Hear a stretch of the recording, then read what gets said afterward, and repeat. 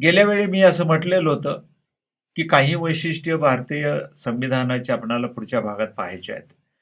ते आपण पाहणार आहोत. परंतु आपल्याला असं दिसून येईल, की आपण गेल्या भागामध्ये कोणत्या वैशिष्ट्याचा विचार केला हे लक्षात घ्यायला पाहिजे. कारण आपण गेल्या भागामध्ये पाहिलं संविधानाची निर्मिती कशा पद्धतीनं झाली, त्याची ठळक वैशिष्ट्ये पाहिली, फार गतीनं पाहिली. त्याचबरोबर आपण असंही पाहिलं, की संविधानाच्या वैशिष्ट्यांमध्ये लिखित संविधान, संघराज्य पद्धत, संसदीय लोकशाही, मूलभूत हक्क आणि राज्य धोरणाची निर्देशक तत्व यांचा समावेश आपण केलेला होता. आपण जरा पुढच्या वैशिष्ट्याकडे जाऊया. आपण धर्मनिरपेक्षता हे एक आपल्या संविधानाचं महत्त्वाचं वैशिष्ट्य आहे. मी धार्मिक अधिकारांच्या विषयी बोलत असताना या संदर्भात बोललो होतो, की देशाचा मधून धर्म नाही. आपल्याकडे धर्म आहेत, धर्माचं पालन करण्याचं आपल्या सगळ्यांना स्वातंत्र्य आहे आणि त्याच्यामधून आपल्या काही जीवन पद्धती ठरलेल्या आहेत. त्याच्यामुळे त्याच्यामध्ये हस्तक्षेप करण्याचा देशाचा किंवा संविधानाचा कुठलाही मानस आपणाला दिसून येत नाही. तुम्ही तुमचा धर्म पाळा, तो घरात पाळा, आवश्यक असेल तिचा प्रचार आणि प्रसार करा, परंतु त्यामुळे इतरांच्या भावना दुखावल्या जाणार नाहीत याची काळजी घेतली पाहिजे आणि म्हणूनच आपण याचा विचार जास्त प्रमाणात करतोय. हे धर्मनिरपेक्षतेचं जे हे होतं त्याचा आपण मूलभूत अधिकारात समावेश केलेलाच आहे. धार्मिक अधिकारांच्या बाबतीत आपण बोलताना असं बोललेलं होतं. परंतु त्याचबरोबर आपल्याला असं दिसून येईल, की संविधानाच्या प्रास्ताविकात ज्यावेळी संविधान अंमलात आलं, त्यावेळी धर्मनिरपेक्षता या मूल्याचा समावेश केलेला नव्हता. संविधानामध्ये ज्या विविध तरतुदी आहेत त्याच्यावरून त्या लक्षात येऊ शकेल धर्मनिरपेक्षतेचं तत्वज्ञान असं वाटलेलं होतं. परंतु 42व्या संविधान विशोधनाला त्यावेळच्या कमिटीला असं वाटलं, की नाही हे मूल्य संविधानात कुठंतरी निर्देशित केलं पाहिजे आणि त्याचं महत्त्वाचं अशी जागा कुठली असेल तर संविधानाचं प्रास्ताविक, कारण त्या ठिकाणी आपण देशाची मूल्यव्यवस्था दिलेली आहे. तेथे 1976 मध्ये धर्मनिरपेक्षता या तत्वाचा समावेश करण्यात आलेला. याच्या पुढे गेल्यानंतर आपल्याला असं दिसून येईल, की याच संविधान विशोधनानं म्हणजे 42व्या संविधान विशोधनानं संविधानात मूलभूत कर्तव्यांचा समावेश केला. 42व्या संविधान विशोधनाच्या बाबतीमध्ये अनेक कॉन्ट्रावर्सीज आहेत आणि त्याच्या पद्धतीमध्ये म्हणून पुढे संविधानात 44वी दुरुस्त केली आणि त्याच्यामध्ये आपल्याला असं दिसून येईल की काही तरतुदी कमी केल्या, परंतु 42व्या संविधानाने दिलेल्या मूलभूत कर्तव्य मात्र जशीच्या तशी ठेवण्यात आली, किंबहुना त्याच्यामध्ये एका मूलभूत कर्तव्याचा नंतर ॲडिशन्स करण्यात आलेले दिसून येईल. तर ही मूलभूत कर्तव्य कशासाठी महत्त्वाची आहेत? आम्हाला हक्कांची जाणीव झाली, हक्कांच्या बरोबर कर्तव्य येतात, त्या कर्तव्यांचं जर पालन आमच्याकडून झालं नाही तर मग मात्र आपल्याला असं दिसून येईल की क्युयास होण्याची शक्यता आहे. प्रत्येकजण हक्काच्या विषयी जागरूक झाला आणि कर्तव्याकडे दुर्लक्ष झालं तर मग त्याच्यामध्ये समाजामध्ये गोंधळ निर्माण होण्याची शक्यता आहे. त्यामुळे गांधीजींनी असं म्हटलेलं होतं की कर्तव्यांचं पालनातूनच लोकशाही संवर्धित होणार आहे. त्यामुळे हक्कापेक्षाही कर्तव्याकडे जास्त लक्ष आपलं जाणं महत्त्वाचं आहे. मित्रांनो, कर्तव्याच्या संदर्भात खूप बोलता येईल. 11 कर्तव्य आपल्या राज्यघटनेत दिलेली आहेत. त्याच्यावरही आपण एक स्वतंत्र अशा स्वरूपाचा व्हिडिओ करतोय, कारण गतीनं सांगितलं तर त्याच्यामध्ये हेतू सफल होणार नाही. आपण त्या ठिकाणी या मूलभूत कर्तव्यांच्या संदर्भामध्ये सविस्तर माहिती घेऊयात. एक महत्त्वाचं आणखीन एक वैशिष्ट्य मी आपल्याला सांगणार आहे संविधानाचं, ते म्हणजे प्रौढ मताधिकार. संविधानाची निर्मिती ज्यावेळी होत होते त्यावेळी आपल्याला लक्षात येईल, मी मगाशी सांगितलं अगोदर, की 2 वर्ष 11 महिने 18 दिवस या संविधानावर लोकांनी काम केलेलं आहे आणि त्यापैकी आपल्याला मी माहिती परत देतोय की जो ढाचा तयार झाला त्या ढाच्यावर मसुद्यावर ज्यावेळी चर्चा झाली ती जवळजवळ 114 दिवस झालेली होती.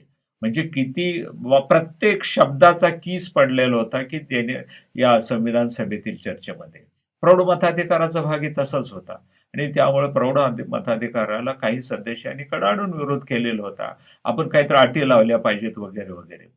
परंतु अटीशिवाय सगळे भारतीय नागरिक समान आहेत हे जर करायचं असेल तर कुठलीही अट लावून चालणार नाही. मग शिक्षणाची लावून चालणार नाही, संपत्तीची लावून चालणार नाही आणि कुठल्याही पद्धतीची लावून चालणार नाही. कारण समानतेच्या धोरणाच्या विरोधात आपण त्या ठिकाणी जाऊ हे ज्यावेळी सगळ्यांच्या लक्षात आलं, त्यावेळी त्यांनी अशी भूमिका घेतली, की भारताचा नागरिक असलेला आपल्या संविधानाचा मुख्य घटक आहे.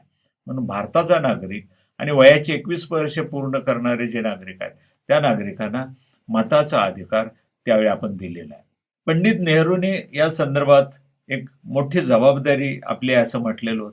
कारण मताच्या अधिकाराचा वापर ज्यावेळी जबाबदारीने केला जाईल, त्याच वेळी लोकशाही फुलेल, फळेल अशी नसेल, तर त्या जबाबदारी जर चांगल्या पद्धतीने पार पाडली नाही, तर कदाचित लोकशाही धोक्यात येऊ शकते, ही जाणीव मतदार म्हणून आपणाला ठेवली पाहिजे. याच्या पुढचा एक भाग मला सांगायचा आहे तो असा आहे. अर्थात तुम्हाला तो माहिती असणार आहे, कारण अलीकडे 18 वर्षे पूर्ण झालेल्या सर्व नागरिकांना मताचा अधिकार मिळायला लागलेला आहे.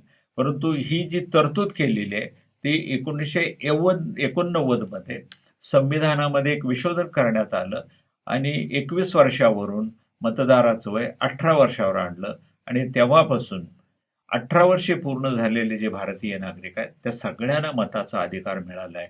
हा एक ऐतिहासिक निर्णय म्हटला तर त्यात वावगं होणार नाही. आणखीन एका गोष्टीकडे मी आपलं लक्ष वेधू इच्छितो, ते म्हणजे आपल्याकडे स्वतंत्र न्यायपालिका आहे.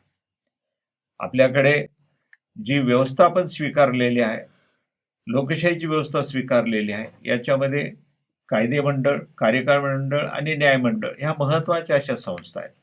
कायदे मंडळ कायदे करतं, कार्यकारी मंडळ अंमलबजावणी करतं आणि न्यायमंडळ झालेले कायदे हे संविधानाला धरून आहेत का नाही हे पाहण्याचं काम कायदे मंडळ करतं. आणि म्हणून ते कायदे मंडळ कुणाच्याही दबावाखाली काम करता कामा नये, यासाठी त्याला स्वतंत्र असं स्थान दिलं पाहिजे, असं संविधानाच्या 50व्या अनुच्छेदामध्ये स्पष्ट केलेलं आहे. त्या पद्धतीनं तसं स्थान आपल्याला दिलेलं आढळून येईल. कायदे मंडळाच्या बाबतीमध्ये आपल्याला असं दिसेल की काही तरतुदी आहेत. एक उदाहरण म्हणून मी सांगणार आहे. ते उदाहरण असं आहे की केशवानंद भारती विरुद्ध केरळ सरकार अशा स्वरूपाचा एक वाद सर्वोच्च न्यायालयाच्या समोर आलेला होता आणि त्याच्यामध्ये असं होतं, संपत्तीच्या अधिकाराच्या संदर्भातला तो होता. तर त्याच्यामध्ये केरळ सरकारनं केशवानंद भारती नावाचे जे ग्रस्त होते, त्यांचा जो मठ होता, त्यांच्याकडे असलेल्या 400 एकर जागेपैकी 300 एकर जागा काढून घेतलेली होती आणि म्हणून तो वाद कोर्टात आलेला होता. आणि त्यावेळी कोर्टात आपल्याला असं दिसून येईल की केशवानंद भारती यांच्या बाजूनं नानी पालखीवाला, नाव माहिती आहे का? माहिती असेल तर करून घ्या, पण हे नाव खूप मोठं आहे, खूप मोठे विधिज्ञ.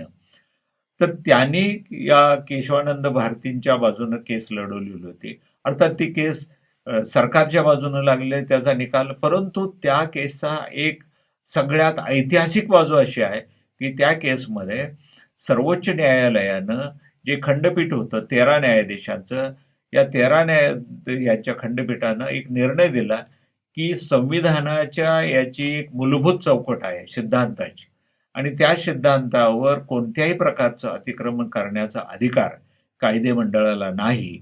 आणि तेव्हापासून त्या संविधानिक चौकटीचा फार मोठ्या प्रमाणात वापर होतो. याचाच अर्थ असा आहे की संविधानाचं जे काम चाललेलं आहे त्याच्याकडे लक्ष ठेवण्याचं, संविधानाचं पालन होतं का नाही पाहण्याचं काम हे सर्वोच्च न्यायालय करतं. थांबेल, कारण आपल्याकडे वेळ फार कमी आहे आणि म्हणून अत्यंत थोडक्यात सांगायचं झालं तर संविधानाची प्रास्ताविका. खरं तर प्रास्ताविका मी सुरुवातीला घ्यायला पाहिजे होती, परंतु विवेचनाच्या शेवटी एवढ्यासाठी घेतलेलं आहे की आपल्याकडे मूल्य कुठली आहेत ती या संविधानाच्या प्रास्ताविकामध्ये कळते. स्वातंत्र्य, समता, न्याय, बंधुभाव, एकता, एकात्मता, व्यक्तीची प्रतिष्ठा आणि आपण मगाशी पाहिलं ते धर्मनिरपेक्षता, समाजवाद, त्याचबरोबर आपणाला असं दिसून येईल गणराज्य, लोकशाही, या सगळी वैशिष्ट्य ह्या संविधानाच्या प्रास्ताविकेत दिलेली आहेत. आणि त्यामुळे मी असं म्हणेल की आपणाला जर संविधान समजावून घ्यायचं असेल तर माणूस म्हणून मी कोण आहे, मी कसा दिसतोय पाहण्यासाठी जसा आपण आरसा वापरतो, तसा संविधानाचा आरसा जर कुठला असेल तरी संविधानाची प्रास्ताविका आहे. त्याचा सखोल अभ्यास तुम्ही स्वतंत्रपणे कराल याच्याविषयी मला काहीही शंका नाही आहे. मित्रांनो, संविधानाचा आपण अल्प परिचय करून घेतला, संविधानाचे अंतरंग आपण पाहिले. संविधानाचं यासाठी वाचन मात्र आवश्यक आहे.